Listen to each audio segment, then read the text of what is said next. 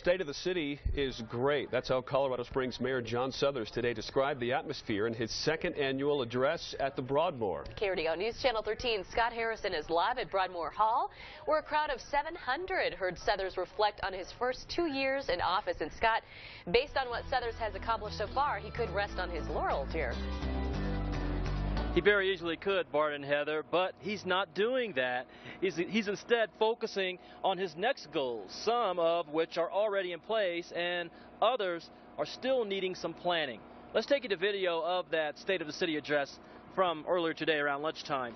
Now, already in the works is a cybersecurity center near UCCS that would make the city a leader in that field.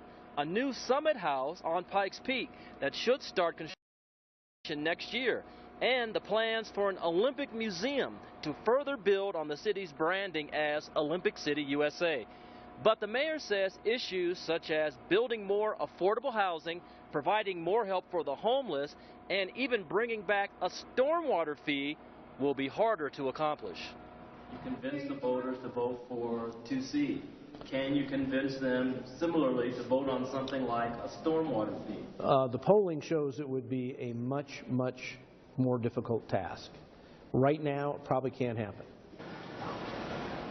But just because it won't happen yet doesn't mean that he's going to give up on trying to make that happen. Now, Suthers also says that we should not overlook the importance of Frontier Airlines returning to the Springs Airport. The airport is in such a successful situation right now that its director, Dan Gallagher, is leaving soon for a job on the East Coast. So obviously he's doing something right. Now, coming up at 6, we are going to hear the mayor's desire to speed up a proposed highway project that affects the city but is actually 25 miles north of the city. More on that coming up at 6. We're live at Broadmoor Hall. Scott Harrison, KRDO News.